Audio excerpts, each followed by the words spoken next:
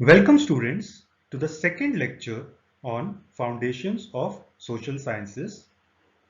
This presentation is prepared by Pratyush Vibhakar and Saksham Arora. This presentation is for 2020-21 batch of BA Honours Applied Psychology, Economics, English, Political Science and Sociology students. The objectives of this lecture are to understand the difference between social science and humanities and to explain various definitions of social sciences. We will also learn the various difficulties in defining social sciences. In addition to all this, we will also understand the evolution of the discipline of science. The next slide. Now, when we look at social sciences, we face a difficulty in identifying what exactly social sciences is. Right? The first difficulty which we face is that whether history as a subject, if we think about history as a subject, is it social science or is it humanities? Now, this problem is continuous. This is not just limited to history. It can also be seen in the concept of economics, in the discipline of economics. So economics in classical Greek means the management of a household, right? This term in modern day is called home economics. Now, home economics is not considered to be a social science. So, can you observe this difference? There is this difference. On the one hand, we have economics. Economics as a term in classical mythology, in classical definitions of economics, they are about the management of a household. But if we use the same definition, the management of a household, it is not considered economics, it is considered home economics. Now, if we realize this fact that home economics is not a social science, then we come to realize that what is the difference between social sciences and humanities. Economics, business, and business management. They are considered social sciences, right? Whereas home economics is not considered social science. So this is something which we face a lot of difficulty in defining. How do we define social science? Now, as the last line on this slide points out, that this classification is mostly a matter of convenience in organization rather than actual difference in subject matter. So what does that mean? That when we are looking at the definitions, the boundaries of science, of social science, of humanities, they are because of convenience in organization, right? So if we are looking at the example of economics, on the one hand, we have economics, then we have home economics. Economics is considered a social science, but home economics is not considered a social science, right? So this has to be kept in mind when we are studying this paper, that when we are thinking about what is the foundation of social science, right? We are trying to read about concepts which are foundational to the study of social science. And we also have to keep in mind that there is a difference in how we define social science. You will have different ways in which social science is defined. Some classifications will keep a particular subject under the rubric of social science, others will not. Right? And you will realize that this difference is arbitrary. It is not because there is a difference in subject matter. It is because of convenience in organization. Whatever has been done traditionally, sometimes you might find it very absurd that why cannot home economics be part of social sciences? Right. Now, why is it not part of social sciences? We have to come again to the idea of the social science. We have two words in social sciences. One is social, the second one is sciences. So we have to understand social as well as sciences. So home economics is a private activity, right? It is limited to the management of a household. Whereas economics is considered to be related to all the economic relations of society. It is not just limited to a household. It discusses economic relations at the level of nation also, at the level of macro level, right? So this difference is sometimes very confusing. We don't have to dwell on this difference. We just have to keep this in mind. Another point we have to keep in mind is that there are various definitions of social sciences. So some of the definitions we will try to look at them. So social science is sometimes considered the study of social behavior of the mammalian species Homo sapiens. Right. So in this definition, what do we have? We have the study of social behavior. That has to be kept in mind. How do we behave as members of society? So that is one of the definitions. But again, if we look at literature, we have an exception. Because professors and students in literature, novelists, playwrights, and poets, they are also doing the same thing. They are also studying the social behavior. They might be studying it in different ways.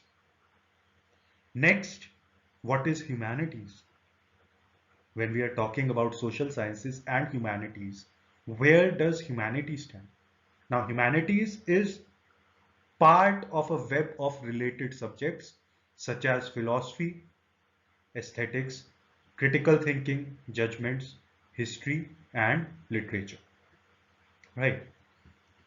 Next, let us look at some other definitions. So the Stanford University's Humanities Center, what does it describe humanities as? It describes it as the study of how people process and document the human experience. Right? Whatever experiences we have as humans, that is what is documented. It is processed. Humans, they used philosophy, literature, religion, art, music, history, and language to record and understand our world.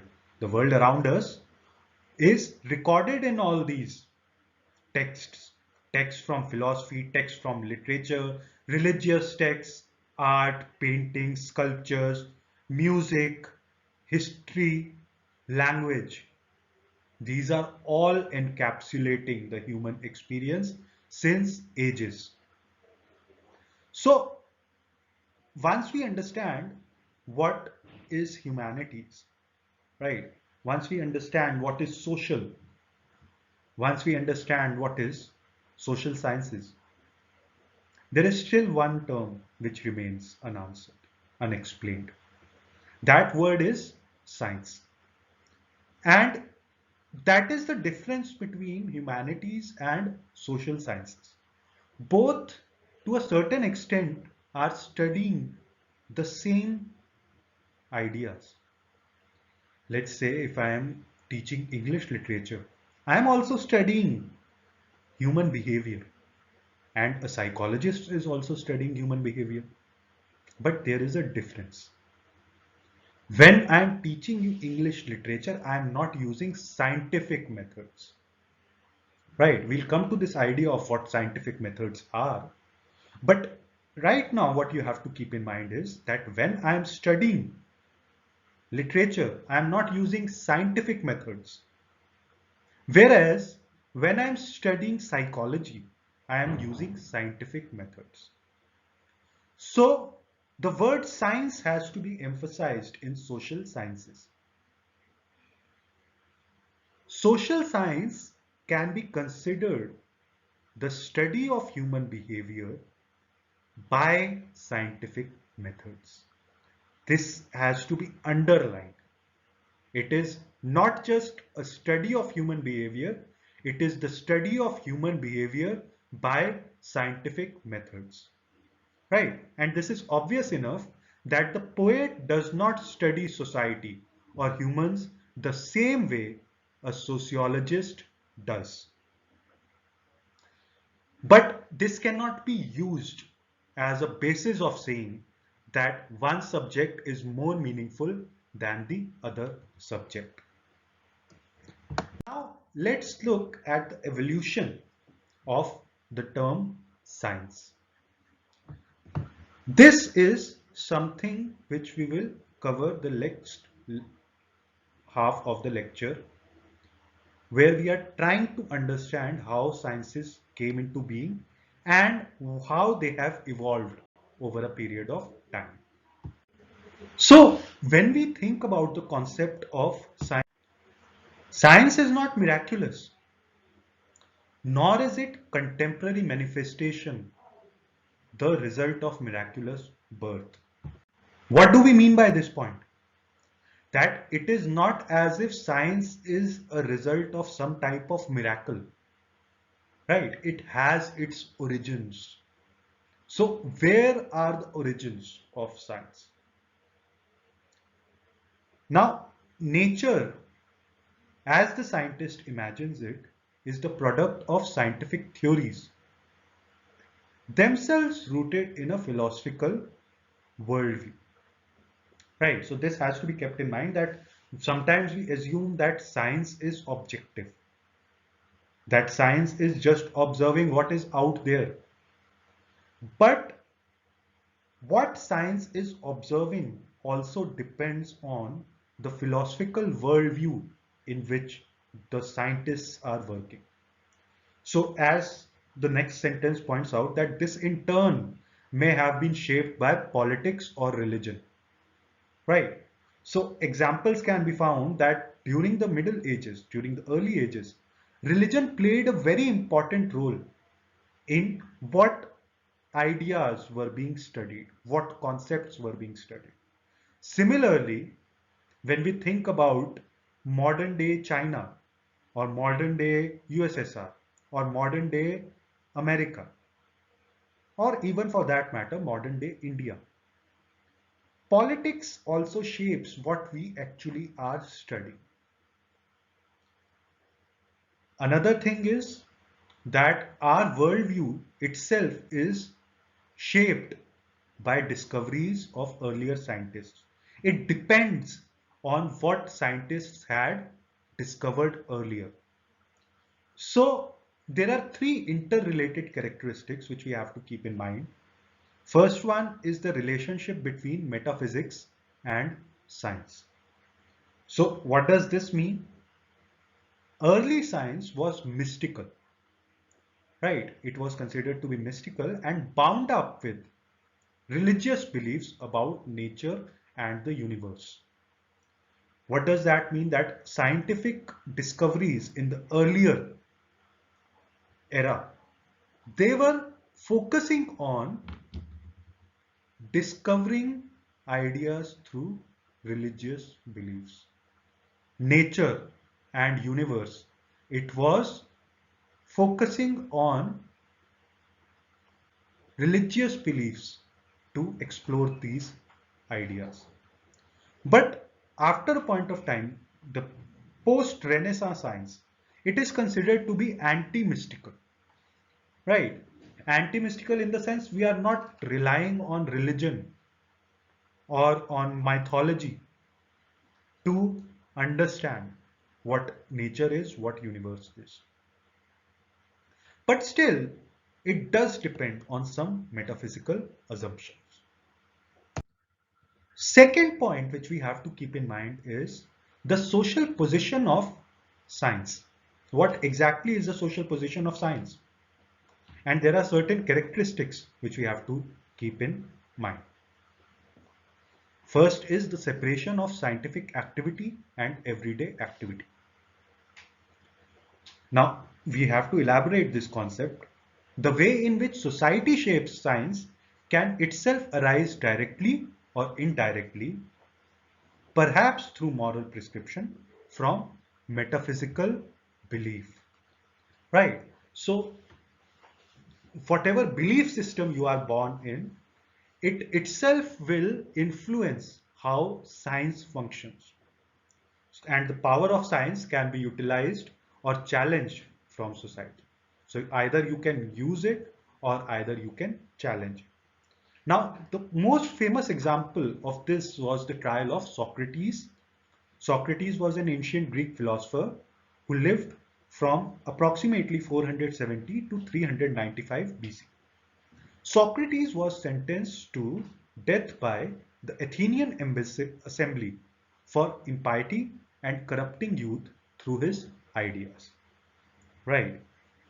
Now, here he was having radical ideas. Sometimes they were considered to be scientific ideas, but he was sentenced to death. Now, this is an example of how science itself can sometimes come under attack. This was the persecution of science.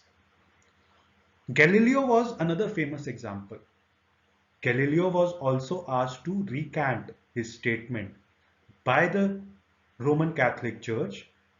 His statement was that rather than the entire universe revolving around Earth, Earth revolved around Sun. And this was challenging the biblical notions of the universe, in which Earth was at the center of the universe. So he was forced to recant his own statement.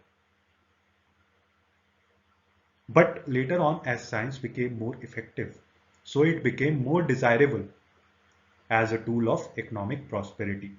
Sometimes it also led to war. And this in turn led to further scientific development. So we have to keep this in mind that when we are talking about science, science did not appear in a vacuum. Science was part of a religious and philosophical worldview.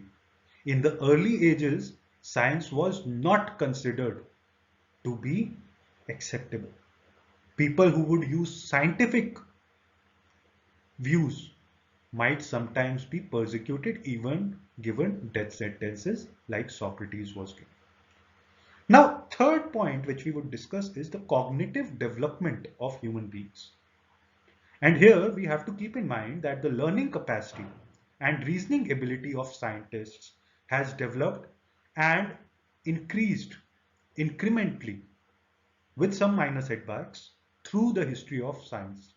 So we have continuously learned more. We have developed reasoning ability more. Now, another important thing which we have to keep in mind is that an abstract metaphysical curiosity was the hallmark of growing social complexity and of urbanization. The, we have to, when we think about societies, we have to keep this in mind that the more complex our societies became, right? When social complexity began to grow and urbanization started happening, we started having abstract metaphysical curiosity. We would ask questions, big questions. Why are we here? What are we doing here? Right? And in the initial stages, there was no separation in intellectual activities between the metaphysical and the development of the technological. Right? Metaphysical can be thought of as philosophical. So, what is our place in the world? What is right? What is wrong? What is the purpose of life? These are considered to be metaphysical questions versus technological questions, which might be very practical, that how do I measure the distance between point A and point B, right? Earlier, there was no separation between the two. Philosophical and scientific, they were considered to be the same. So an example can be provided. The development of the Egyptian calendar allowed accurate prediction of the flooding of the Nile. Now, creating a calendar was a result of metaphysical thought. But accurate prediction of the flooding of Nile, it was the aspect of technological. So as we have discussed earlier also, science and religion were one and the same. Scientists could predict the flooding of the Nile, right? And then they would presumably view that the sky was a flat or vaulted ceiling supported by four columns or mountain peaks, and the star were lamps hung from the sky by cables, and this view itself would have been taken equally seriously, right? So the universe which surrounded us, sometimes we would have very abstract metaphysical notions about that universe. In the Indian context, you can think about the fact that we consider that the world is placed on the back of a tortoise. Right. Now, this is a religious view. This is a metaphysical view. And the point which I'm trying to make on this particular slide is that when we look at early science, in the initial stages, science and religion, they were not different. The same person who could predict the flooding of the Nile would also give us such views that sky was flat or it is a vaulted ceiling supported by four columns. Right. These views were given by the same person and they were taken to be serious. They were considered as scientific as the view that the Nile will be flooded. Now, this concept has to be kept in mind because sometimes we assume that science was always scientific. That is not the case. Science in early stages, it was sometimes very unscientific also. Another example which I can give you of the misuse of science, it can be looked at from the perspective of racism. That science, how did it collaborate with racism? So in order to prove that white men were superior to colored men or African men, European people were superior to African people, they used the technology of craniology in which skulls were measured.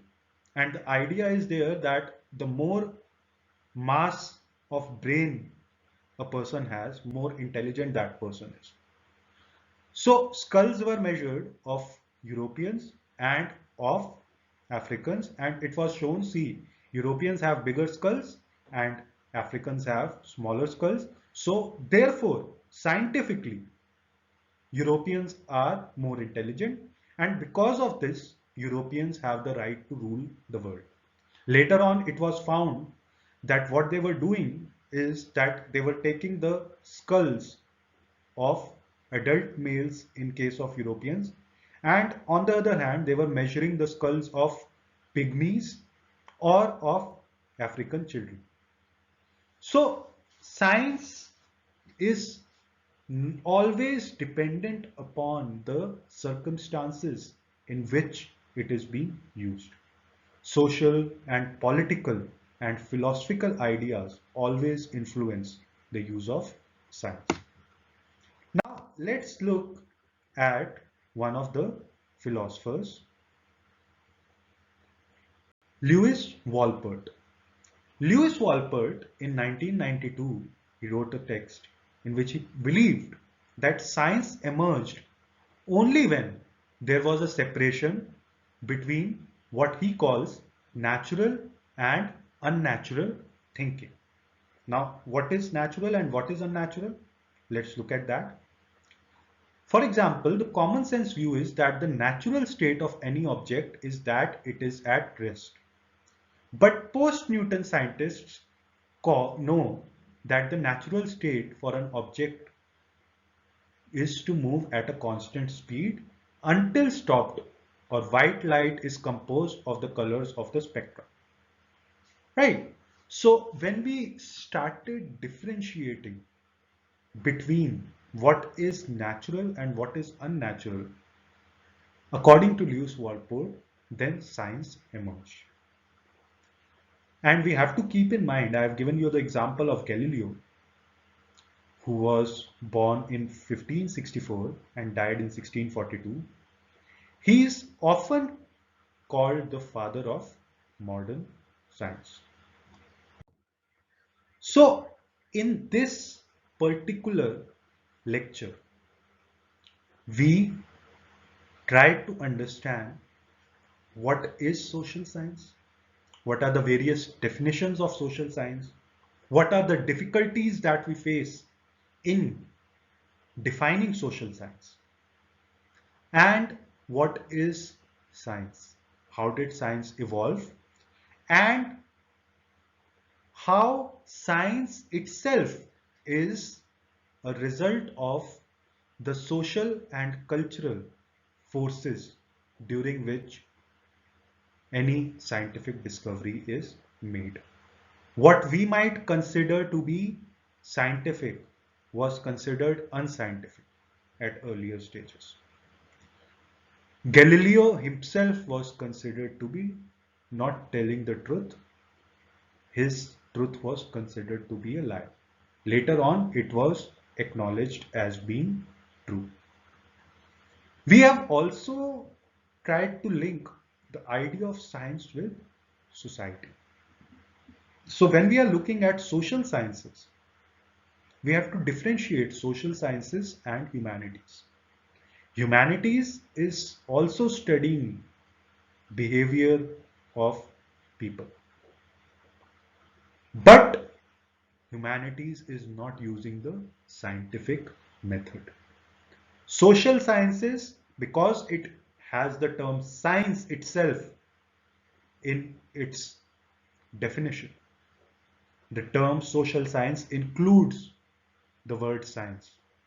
So, social science is the study of society using the tools of science or using the scientific method. We will discuss in later lectures what scientific method is, what is society, how is society formed, how society evolved over a period of time. But right now, we have to keep in mind the various definitions of social sciences. On this slide, references to which this particular presentation refers to are provided. We will meet you in the next lecture where we will discuss more about what are the various concepts which influence social science and which are foundational to the evolution and understanding of our society. Thank you very much.